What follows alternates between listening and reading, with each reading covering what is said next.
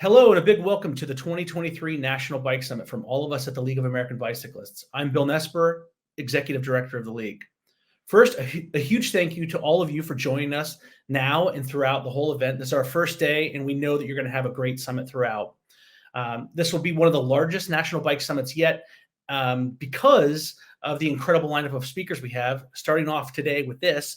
And of course, to all of our sponsors who have really stepped up to make this incredibly accessible event possible and available to you. Huge thanks to our platinum sponsors, Cruise and SRAM, and our gold level sponsors, AARP, EcoCounter, the Federal Highway Administration, Lyft, and the Sierra Club. And of course, to all of our great sponsors for their generous support of the National Bike Summit. Another huge thank you has to go out to our friends at the East Coast Greenway Alliance for partnering with us to make this fun virtual tour possible. The theme of this year's summit is Bike Revolution. We're at a critical time in our history with enormous opportunities to ensure a better today and a better future for the people of our communities, country, and world. We know just how revolutionary biking can be for improving lives and strengthening communities. Together, we're here to share the inspiration of the people and the places making bicycling safe, comfortable, and accessible for all. That is why we're so excited to be able to offer this session today. At the last two summits, we kicked off this new tradition of virtual bike tours. First, 2 years ago, with Chris and Melissa Bruntlett coming to us from the Netherlands in a tour of the city of Delft. Last year, we were joined by Nathan Wilkes, the senior multimodal street designer and network planner, taking us around the city of Austin, Texas. This year, we're thrilled to be joining our good friend and partner at the East Coast Greenway Alliance, Executive Director, Dennis Mercado Soriano. I'm sure that you're as excited as I am to join Dennis to take a look at the Greenway and to have a conversation about it. And with that, over to you, Dennis. Bill, so great to see you. And thank you so much for having us. We always love sharing word about the progress of the East Coast Greenway that your organization is instrumental in making possible. We are always trying to make biking more safe, more accessible for everyone. And we're focused on that specific corridor from Maine down to Florida. So I'd love to give you and everyone who's joined, welcome to the National Bike Summit. I've enjoyed so many National Bike Summits. A lot of our staff are there in person, and I know others are joining virtually. But we're really excited to share about the progress of the East Coast Greenway. But first, let me answer this question. What is this East Coast Greenway? This is a 3,000-mile route. This goes from Canada all the way down to Key West, the southernmost point of the lower 48 states. It's from the best blueberry dessert you can imagine to the best key lime pie.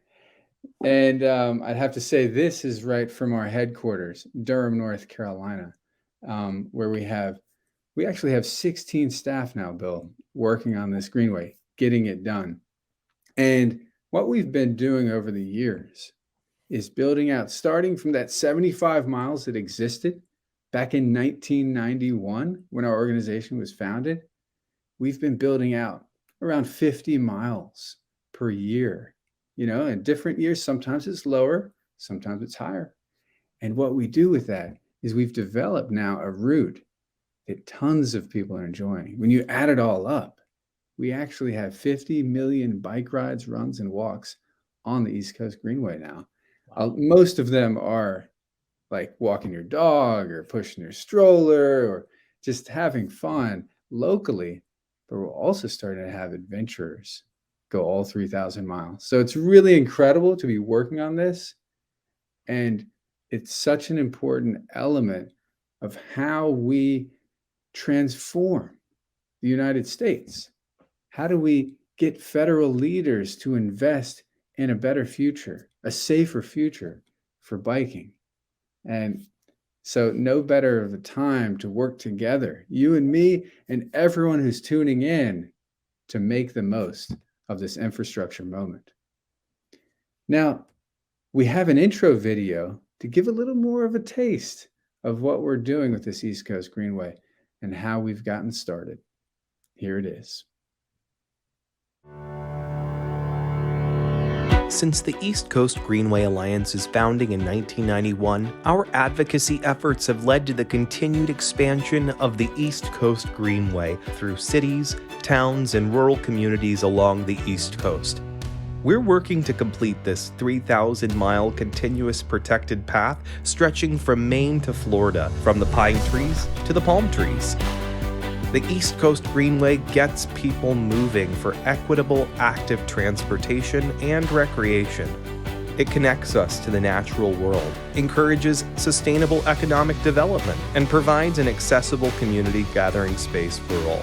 Working alongside state and local partners, our team has secured more than $2 billion in public investment and developed more than 1,000 miles of the route. And we're just getting started.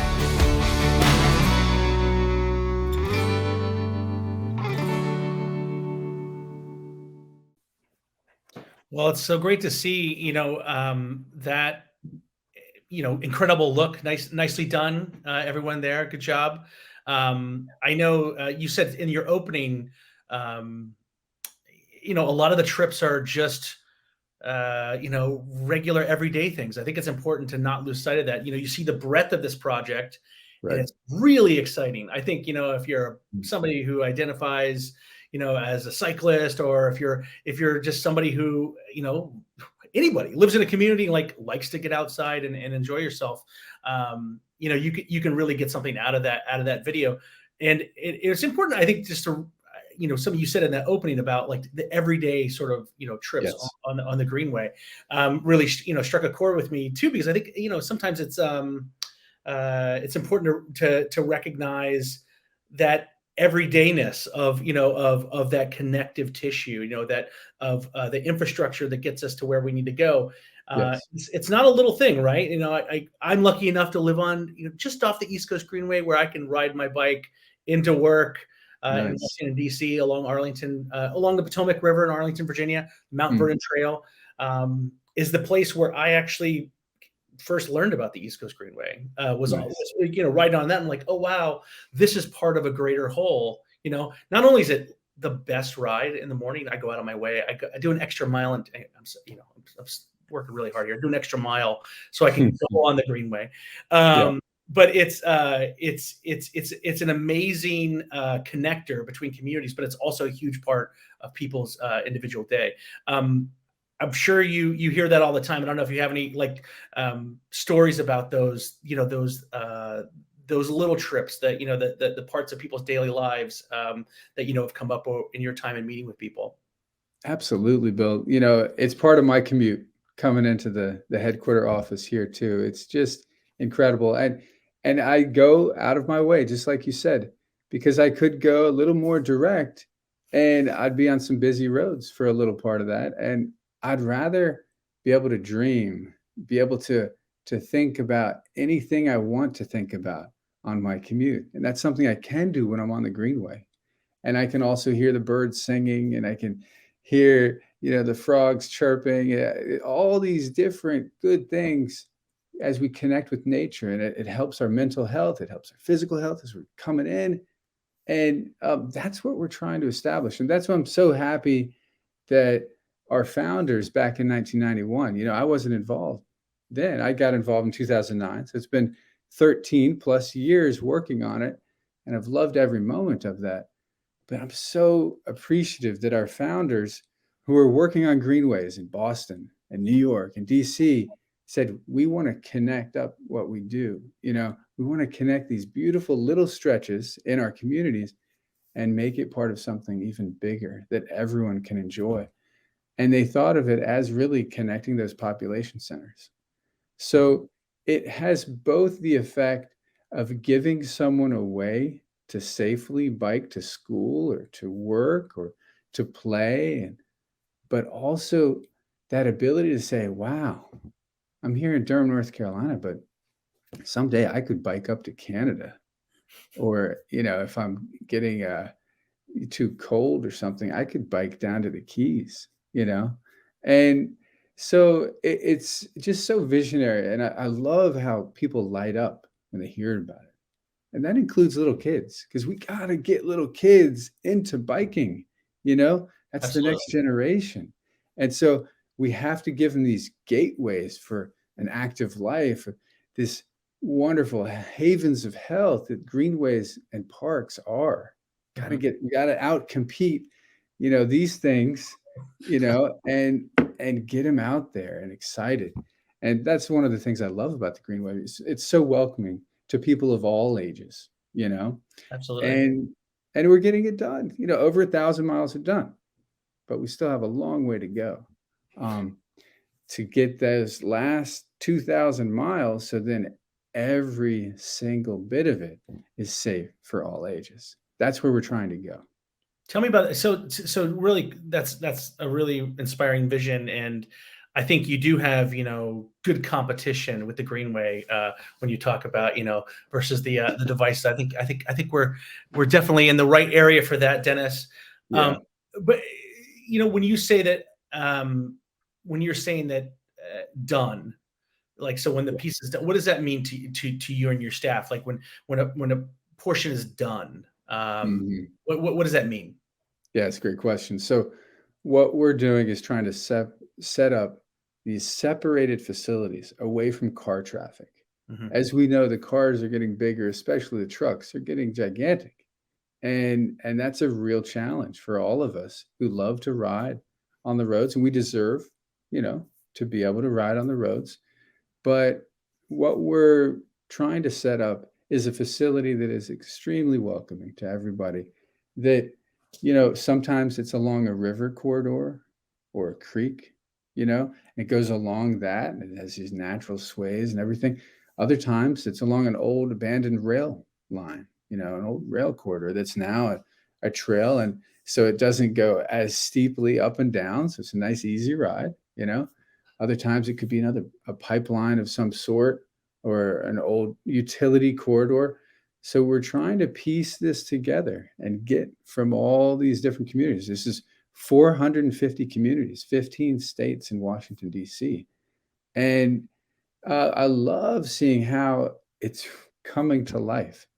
And we're seeing that through the adventure and through the daily use. Mhm. So, and it's not a single track either because we want people going north or south. It's not a one way. Mhm. And sometimes you'll have the strollers, you'll have the people walking their dogs. So you need space. So minimum 10-foot width is Mhm. what we're establishing. If we find a very comfortable road with a very low speed limit, we'll have sidewalks, we'll have bike lanes, and that could possibly do it. But really, what we're going for long term, and we think with the infrastructure moment, we can make it shorter term than long term. Let's get it done these next 5 to 10 years. That's what we're really aiming for, Yeah. and we know the money's there. There's $500 billion that's moving for transportation investment. So let's get the remaining 4 billion to complete the East Coast Greenway. And then you have sometimes boardwalks, but this nice variety. This is Mhm. not a cookie cutter approach. Mhm. East Coast Greenway always looks this way. No, this is about us and our team connecting with local partners and getting something done that has the buy-in of the local community. And Yeah. we have an inclusionary trail planning toolkit that we work on to involve the communities, make sure that we're moving at that speed of trust and Mhm. we're making sure that we're getting something done that the community will love and will use. And in that way, I think we could 10x the kind of use. I think we could have something crazy like 500 million visits per year once this is complete. And think Mhm. about the transformative impact that's going to make in terms of public health, in terms of our climate, and the great economic development. I mean, this Yeah. is sort of shared equitable space that's open for everyone to use. And that's just some of the things that makes me so excited about it. And the ability to connect with history, the American Revolution in Boston, you know, the all the history, the Gullah Geechee corridor in the Southeast. They're perfect elements that you can't really connect with if you're going 70 miles an hour on the interstate. Mhm. But when you're biking, you can. you can connect with the community. You can eat the most delicious stuff. And I'm going to go ahead and grab a bite of this Key West or key lime pie here. Hey, didn't you spend some time down in Florida? Oh yeah, well yeah, it's funny. Like I was saying that I live, I ride on the East Coast Greenway here now in the DC area, but I grew up in Vero Beach, Florida, so right along the East Coast Greenway, and spent a good bit of my childhood in the Keys. My grandmother lived in Marathon, so along the overseas highway trail right there. Yeah, so that's incredible. So was this like a daily thing? It looks no. I mean, yeah, as much as possible, but my folks kept me away from it. It looks really, It looks pretty good and authentic there, Dennis. I have to say, it's delicious. I recommend it to everyone. Obviously you got a bike, you got to put in miles, but it's completely worth it. Nice. That's the beauty. That's another, the beauty of the East Coast Greenway. It's connecting to the best food. It's the moose to the manatee. It's the palms to the pines. All these different things that you can experience when you're out there on two wheels and 2 feet. So, I'd love to sort of hear this incredible voice that this video developed. So we have a new trustee. Her name is Regina Yan, and she lives close to you. She's in the DC area. Mm-hmm. And she, on a whim, she got into biking recently around COVID. And then she just got so into it with the bike share program around DC area. She became a legitimately fast and strong cyclist and ended up being the fastest person to bike the whole Greenway in her first fell swoop. She just did it. And she developed a really cool video called Not So Scary After All, about her experience on the Greenway, which I just love. Let's check it out. Awesome. On September 18th, 2021, I found myself on a plane to Maine, heading towards the northernmost point of the US along the East Coast. I was on a mission to do something way out of my comfort zone and probably kind of crazy. Ride all the way down to Key West, Florida in just under a month. But before we get to the journey, let's talk about how this all started. I got into cycling a year ago as a way to get around during the coronavirus pandemic. I didn't really get into road biking as a sport. I never invested in clipless pedals or jerseys, but I loved leisurely exploring trails in the DC area and being outside. So, when I went through my pandemic-induced quarter-life crisis of feeling like I was languishing and needing something challenging to work towards, I decided to plan a solo bike trip. I wanted to push myself and try something I didn't actually think I could accomplish. And the East Coast Greenway seemed to be the perfect challenge. It's a 3,000-mile route from Calais, Maine to Key West, Florida that winds through 15 states. I'd be carrying my own gear and camping most evenings, but I'm still in the US. I have easy access to civilization and friends along the way, and if something failed, I could always call for help, so this was a reasonable challenge. Still, I was so anxious as the trip got closer. I really had no idea what I was doing. I had never done something this long or done any serious bike packing for that matter. The most I had biked in a day was 100 miles, and that was so hard. For this trip, I was going to have to do that every single day and carry weight too. And I couldn't train leading up to the trip because of the knee injury. But the only thing more intense than my anxiety was my stubbornness and determination. If I'm not going to do it now, when will I?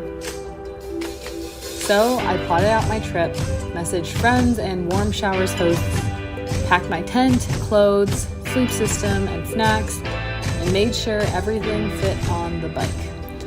Then boxed up my bike and headed off to Bangor, Maine, where I reassembled my bike, took a bus up to Calais, settled into a motel, and treated myself to a delicious lobster roll. I was in a weird headspace that evening. I felt so unprepared, but still very excited. I couldn't believe this was actually happening. This was going to be a wild time, but a good time. And then the trip began. On September 19th, I woke up bright and early, hopped on my bike, said hello to the Canadian border, and cycled 140 miles to Acadia. Honestly, I am so lucky I made it. Doing that many miles on my first day without really testing my setup was not smart. I quickly learned not to wear 3 liters of water on my back. My back hurts so much right now. I found out what saddle sores are and why people wear chamois cream to avoid chafing. And I discovered I really can't go very fast with beer. I'm already a slow biker, but now I'm crawling. But I made it to Bar Harbor, had a delicious dinner, and arrived at the campsite just after dark. The next 2 weeks were full of a similar, naive, excited energy. Maine was hilly, but the views were gorgeous. I stayed with amazing Warm Showers hosts Molly and Doug in Camden and Portland, and I made some friends at a local bike shop when my front wheels started getting wobbly. The beautiful scenes continued through New Hampshire, where I rolled along the beach and enjoyed the seafood. I had an easy night of camping and relaxing before heading towards Massachusetts, and that was another lovely day. I made a stop in Salem and then arrived in Boston, where I stayed with familiar faces. My heart was so happy after a wonderful time with Olivia and Will, but I was anxious going to bed knowing that I would have my first rain day tomorrow. And biking in the rain was something I didn't have much experience doing. Well, I was up and running by 5 a.m. the next morning. I had about 100 miles to Providence, and almost immediately it started pouring. I hid under bridges when I started getting nervous since most of the ride was on the road, but I kept telling myself to keep going. Being wet is temporary. It was all a very controlled amount of terrifying until suddenly my brakes stopped working, which is so scary when there are cars everywhere. I immediately pulled off the road and tried to diagnose the problem, but after a frustrating hour of trying to adjust the brakes, I knew I couldn't fix them. This was my first tough moment. The nearest bike shop was 20 miles away and there were no Ubers available to take me there. I felt pretty helpless and scared and stranded and cold, but I somehow mustered up the determination to very carefully roll myself 2 hours to the bike shop. When I arrived, Carlin at Blackstone Bicycles immediately got me all fixed up and installed new brakes that I do know how to adjust, and I made it to Rhode Island. I can't believe I got through that day, but as I was hanging out with another wonderful Warm Showers host, James, all of the struggle faded into the past, and I just focused on being grateful for the happiness in the present. And after that tough day, things got better. Connecticut was absolutely beautiful. I hit my first extended rail trail and finally was able to relax and let my mind wander. I met an inspiring host, Tony, who introduced me to the wonderful cycling community in Hartford. And I spent some downtime in New Haven, where I reunited with Molly and Michael. And then off to New York, an exciting ride that ended with a truly heartwarming reunion with Lara, featuring yummy pizza and late night talks. And the next morning I was off again, zooming down Manhattan, taking my first ferry, reaching New Jersey, hitting some rain but not crying this time, surviving some extremely muddy sections. I don't like this. And spending an evening in Pennsylvania with more familiar faces. After so many days of friends, though, it was nice to stop and camp and have some time by myself again. There's only so much thinking I could do on a bike, so I appreciated the downtime for journaling, doodling, and enjoying my own company. I felt super refreshed after that evening. But passing through Maryland, I faced another test where I got a flat tire the same time I realized my hand pump was broken. And I was, yet again, stranded 20 miles from the nearest bike shop. But with some help from some friendly locals, I got a bigger and better pump and made it to Baltimore, where I hung out with Matt, Alex, and Cam and explored their favorite parts of the city. The peak of the trip was at the halfway point when I reached DC.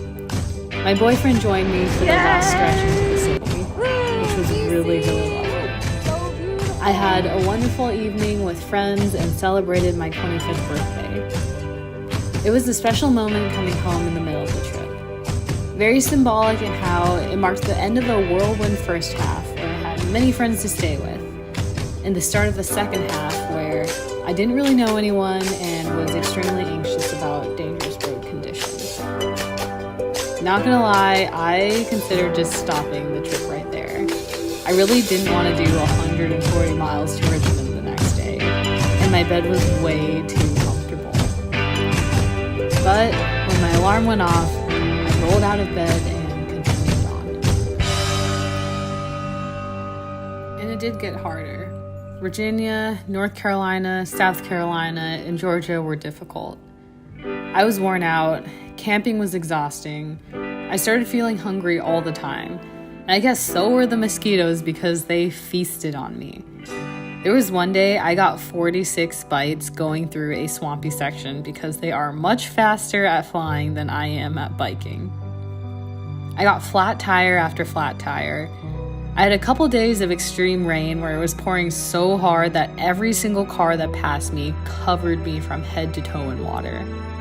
And I think my lowest day was in Myrtle Beach when a car drove by and someone hit me with a full tall boy beer for no reason. The worst part though were the bad stress dreams I started having about the scariest part of the trip, Charleston to Savannah, which would be almost entirely on US 17 and sharing the road with cars going 60 plus miles an hour. But as these challenges kept coming, I felt like I got stronger. Physically, yes, but especially mentally. I think we accomplish what we expect from ourselves. Each day I woke up a little bit nervous about what I would need to do, but I knew I had a place to be at the end of the day, and that's where I was going to go. And that day I was so anxious about, the 140 miles on a fast highway from Charleston to Savannah, well, I just woke up the next morning and started pedaling. And this second half had glorious moments too. The camping, though tiring, was so fun and beautiful. The cycling was lovely. There were some fun bridges and incredible trails. I got to visit some friends and I made some new ones too. Human friends and bunny friends. I finally started to hit my groove. I learned how to fuel myself on and off the bike. And honestly, things almost started feeling easy. Not easy in a, oh, this takes no effort way, but easy in a comfortable, peaceful way.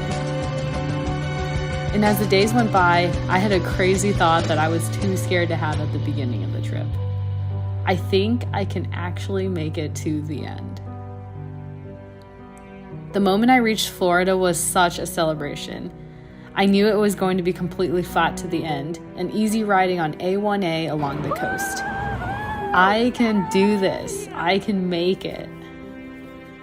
And especially after the stress of the previous portions, I let myself relax and enjoy the ride. And I also pushed myself to meet new people. I'm such an introvert, but after a whole day alone on the bike, I was recharged and ready to talk to people. I stayed with the most wonderful hosts in Jacksonville Beach, in Vero, made some wonderful new friends in Hollywood, Key Largo. These hosts have truly been the most rewarding part of the trip. I learned so much from them, got to see their wonderful communities and hear their stories. They changed my perspective on things, the way I live, the things I value. And then suddenly it was day 29, and I found myself setting off from Key Largo, just 100 miles from the destination. And as the milepost sign started counting down, my heart rate started going up. And before I knew it, I reached the end. It's right there. There it is! There were so many emotions. I felt so grateful to have had this opportunity. Lucky that I stayed injury-free. Thankful to all the people who helped me through this. Relieved, honestly, that I made it. Sad that all of this was coming to an end. Really freaking proud that I pushed through all the struggles and accomplished this goal of biking down the entire East Coast. And, of course, stoked to finish the trip how it started, with a delicious lobster roll. I'm getting pretty emotional just talking about this. So many nights I rolled up to camp completely wiped out, and all I wanted to do was book a hotel room and sleep in. My body was tired, my brain was tired, but every morning I just got up, and the moment my foot hit the pedal, I was reminded of how lucky I am to be on this adventure. There's nothing quite like muscle-powered movement. The simple but so satisfying joy of hopping on your bike and riding and riding and riding and riding. This trip has made me realize that we're a lot stronger than we think we are. No way did I think I could jump into a bike packing trip and finish it. Ahead of schedule, too. But when we push ourselves, we grow. And the things we were scared of turn out not to be so scary after all. So this was my adventure. I biked, I camped, I stayed with wonderful people, and I got to watch the sun rise and set 29 days in a row. And I learned a lot about myself along the way. Thank you, East Coast Greenway, for making trips like these possible. And I cannot wait for the next one.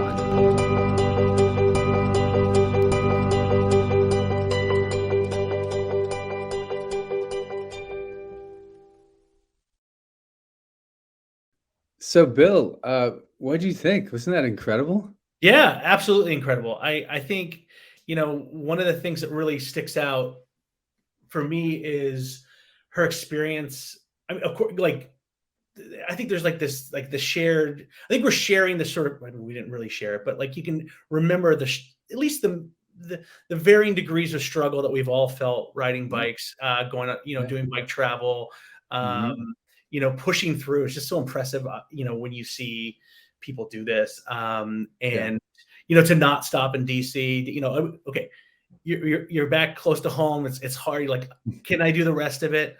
I think that one of the coolest things that I saw, of course, was the pushing through, but how the people along the way really, the connections that you make with people on this trail, this Greenway, which is a connector. It's a connector in all sorts of ways. There's a lot of layers there to the connections that are being made.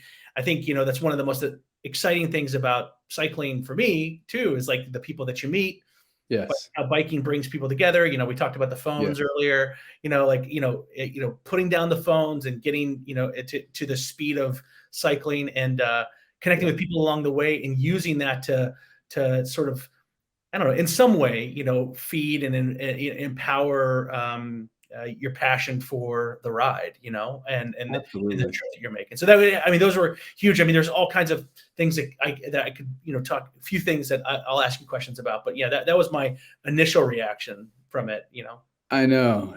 She's just such a great ambassador, and it's just wonderful that she's not only biking it and trying to get experience for herself and for her life, but then she's taking it to the next level, and she's trying to make the East Coast Greenway better for every rider that decides later on in their life that they're going to go after it, And so she's joined our board, she's donating, getting involved in the nonprofit community like you and me.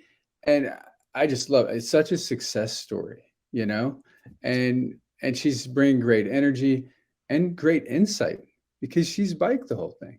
And so it's really people like Regina who are bringing the East Coast Greenway to life and then also making it better. And I just love working with people in that way, and so appreciative of her and all of the East Coast Greenway adventurers. I do want to say, you don't have to be a 3,000-mile adventure to get our respect, though. Okay. Yeah. The East Coast Greenway is about That's what I Yeah. was wondering, because I was Yeah, wondering, yeah, I know. You do I have to do the whole thing to be an ambassador, to be like, how do I get that adventurer status or that ambassador status? That's, I mean, I'm trying to like, I'm like, do I have to do the whole thing? Because I mean, it sounds really great. Yeah. Maybe in retirement or something, at some point, someday, who knows? You're welcome to. Yeah. You are very welcome to. But at the Yeah. same How do you time, become that? How do you become that ambassador? Yeah. yeah. Or- Well, it's oh. all about, checking out our website, greenway.org. And then it's all about also getting involved in organizations that can help complete the East Coast Greenway, like our nonprofit, like your nonprofit, like the League of American Bicyclists, getting involved in ways that you're showing up. You're going to federal officials and saying, I'm appreciative that there's $500 billion that are flowing in this infrastructure moment. And I know there's a lot of different users that need support, but we've got to focus on safe biking infrastructure, because today, unfortunately, too many people are dying while biking, and it's not good enough, for our country. We see in Europe the levels, of safety are going up, but in the United States, it's not.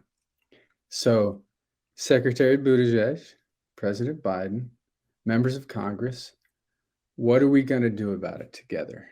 And part of that can be building these safe corridors, East Coast Greenway, safe corridors in every community, but we have to push.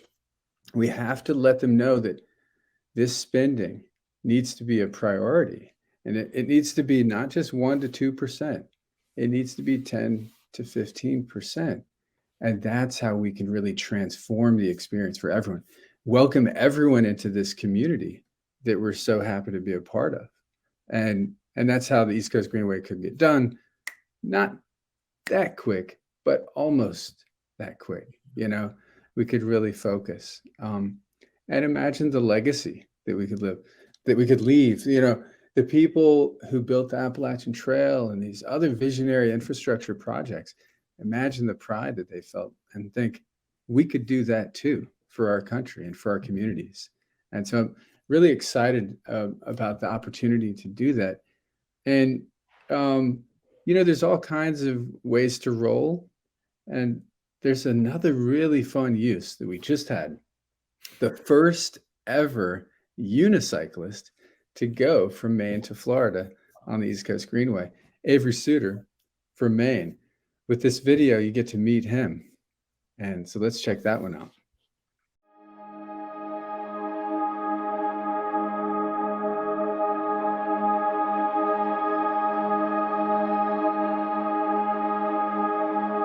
Remember this man who made it his mission to ride down from Wells, Maine to Key West, Florida, all on one wheel? Yesterday, Avery Suter accomplished his 2,400-mile journey to help make the roads safer.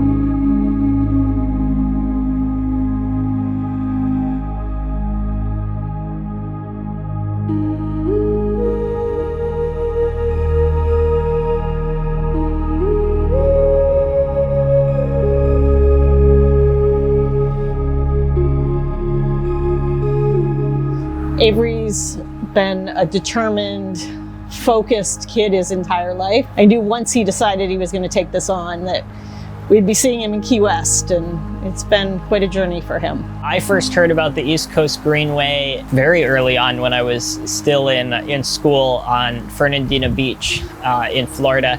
I remember hearing about the trail because it was being installed right near my school. And I had heard that it was going to connect all the way up from Maine to Florida. When I moved up to Maine in 5th grade, I was pretty close to where the Eastern Trail starts in Kennebunk, which is part of the Greenway. So that's kind of what got me interested in seeing more of the trail. Yeah, I started unicycling in 2018. I was part of a juggling club in Portland, Maine, and one of the instructors, Genoa Balin, taught me how to ride a unicycle. When Avery left the house the first day, it was absolutely terrifying. Nice. He took a decent spill when he was leaving the driveway and got back up and took off. He's become very confident in his abilities and, able to really represent the Greenway in a way that I think is very special. The East Coast Greenway has some really incredible segments. About a third of it is off-road, but a lot of it is still on-road, and some of it's even on higher traffic routes like US Route 1, US 17, and A1A. And in some areas it can be, pretty challenging, especially where there's no shoulder. For me, the trip is more about seeing the good infrastructure and seeing what kinds of improvements can be made, more than having a continuous line all the way down. And there's already a lot of risk being on a unicycle, so I didn't feel so bad about cutting those bits. I mean, every state has really good parts. Even, Georgia, South Carolina, they've got the Spanish Moss Trail and a ton of really great segments. But there's also just a ton of incomplete areas. And I think that it's really great to see the momentum that's being built up to get these segments installed and to have the route completed. And I'm hopeful that it will eventually be connected all the way down, because I think that'd be really incredible. My day-to-day on the road depended a lot on where I was. On average, I do about 20 to 30 miles a day. I think my longest day was into DC. I did 41 miles in a day, which wiped me out. It was kind of crazy. In a lot of places where I didn't have anybody to stay with, I'd end up camping and finding somewhere safe to set up a tent for the night. And I've got my blow-up mattress and my boxed mac and cheese. But it's a lot more fun if you know someone in like a city and you can stay with them and get to meet them. And I've met so many different people from a lot of different backgrounds across the US, and I think it's helped me to understand that, try to find understanding with people.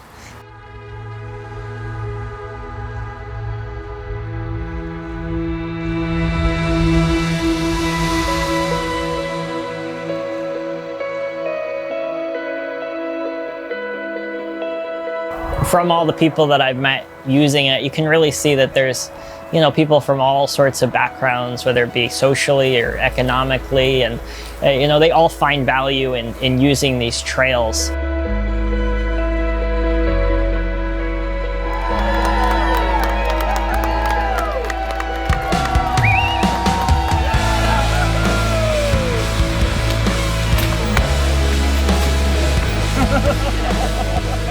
Avery, you're tremendous. We are so proud and excited to see the next things that come your way. Avery, this has been incredible. I am so proud of you. Really well done. And thanks for being safe and making really good decisions along the way. I hope that I can encourage people to get out and cycle or walk or move however they can. This has been my life for a couple months, and now I'll go back and finish up school and get a job.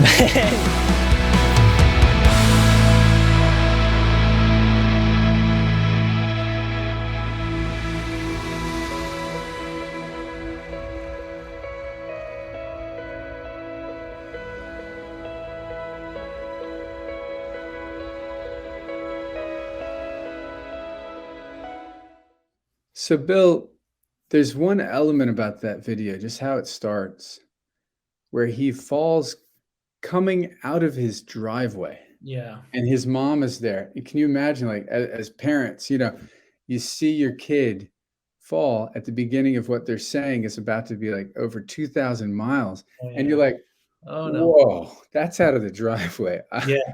Gosh. But he just kept after it. Avery, I love the determination. Just, oh my gosh, it's amazing. Super. I mean, really impressive. And I don't know who it was that said, friend, relative. Somebody said basically that he, like gets his mind to something, he's going to do it. Right. Right. And, like they believed he was going to pull this off, Yeah.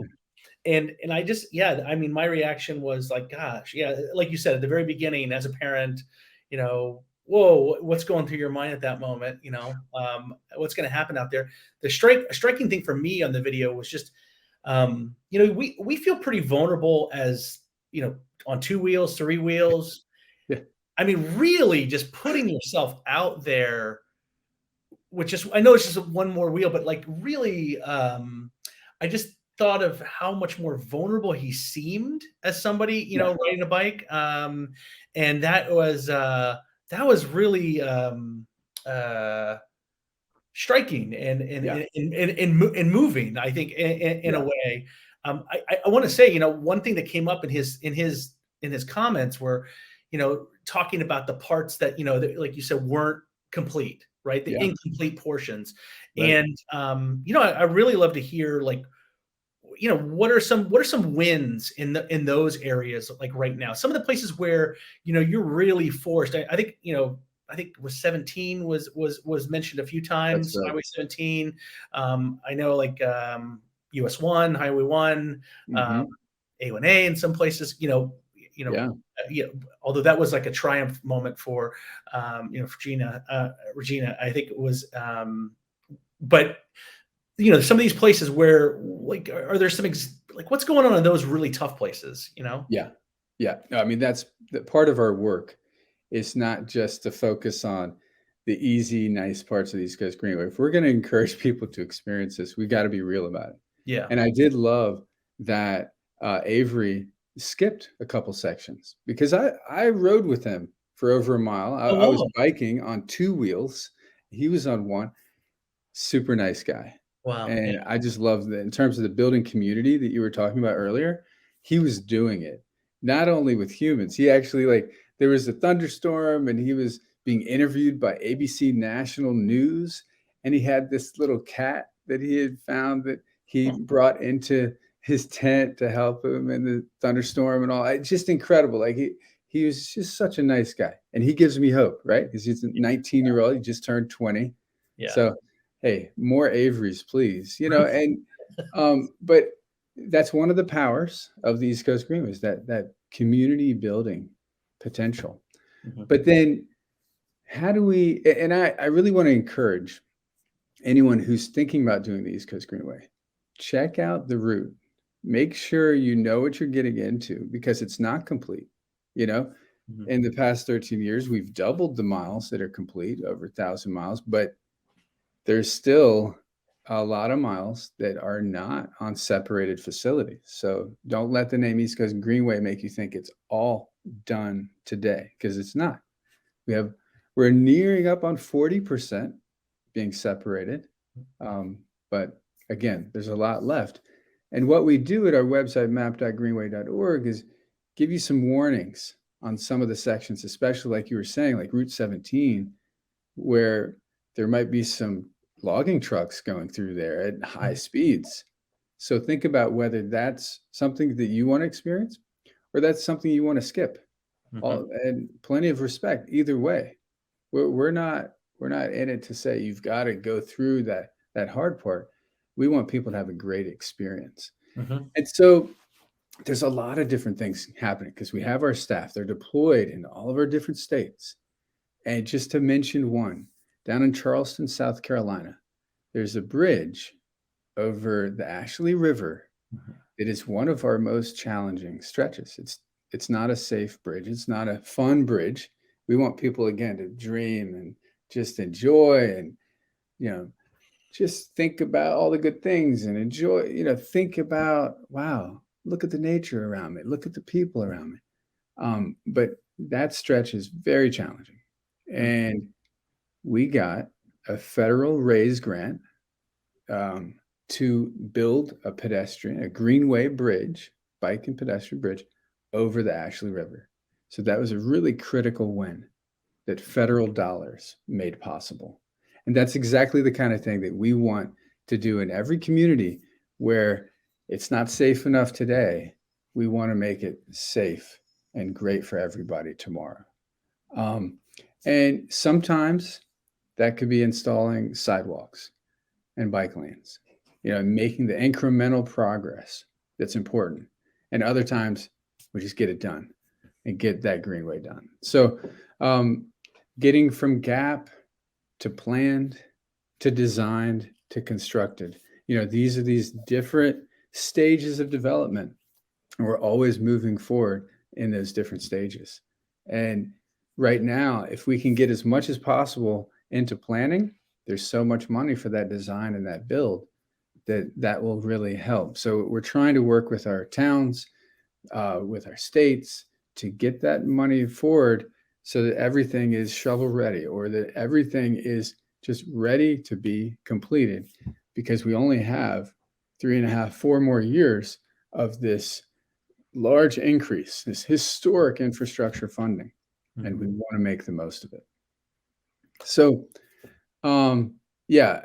we need the Averys of the world, and they're actually so great as ambassadors. Regina and Avery, they're getting the word out about the East Coast Greenway better than I could as executive director, because they're out there, they're experiencing it, they're creating these superlative adventures. So we actually had like 6 billion in reach last year. It's just an incredible amount of people are learning about this East Coast Greenway. And we hope that that translates into more support, more prioritization, so that we can then complete it.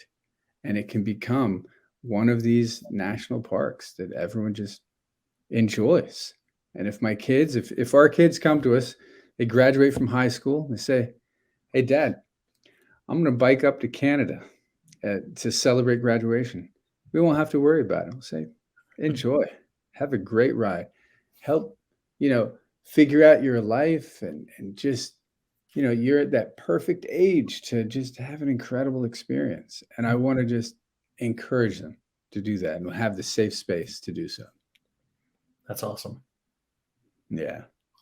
So, Bill, there's always so many good things to talk about. I want to ride with you.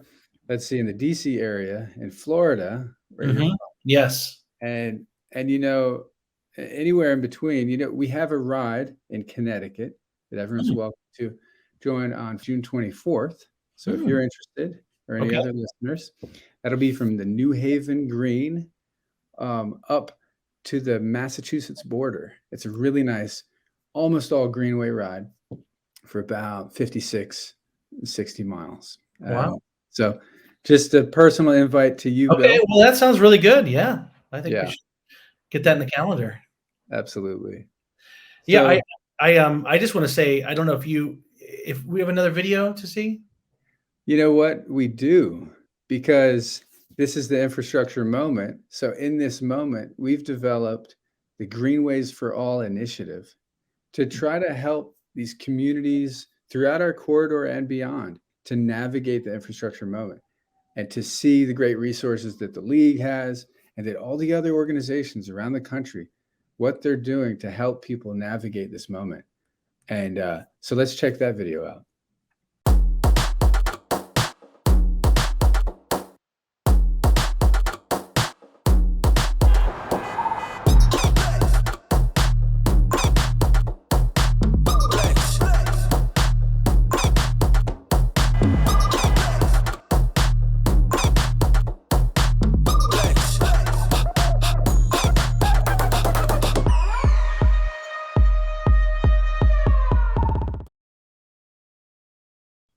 So what do you think? Which did you like? Do you want the gridlock, or do you want safe walking, Bill? Yeah. I think we all know what we want. And I just say that like, I applaud East Coast Greenway Alliance for being a good partner, helping organize. We're good partners at the national level, but your partnership with local communities to help them see the moment, see the funding, get projects delivered. I know it's huge for them. So I just want to thank you for that incredible work that you and your team do.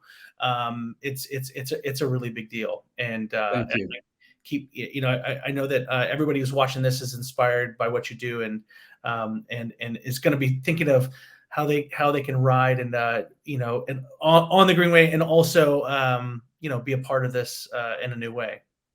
Absolutely.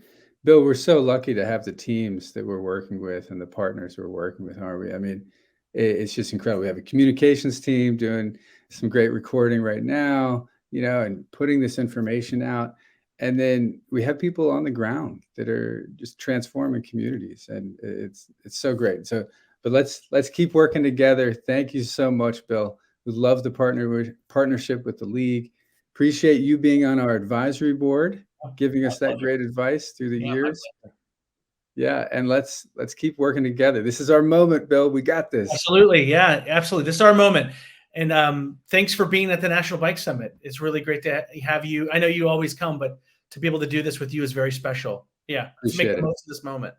I love it. I love it. Thank you for what you do. Yeah, all right. Thanks, Dennis. Thank you.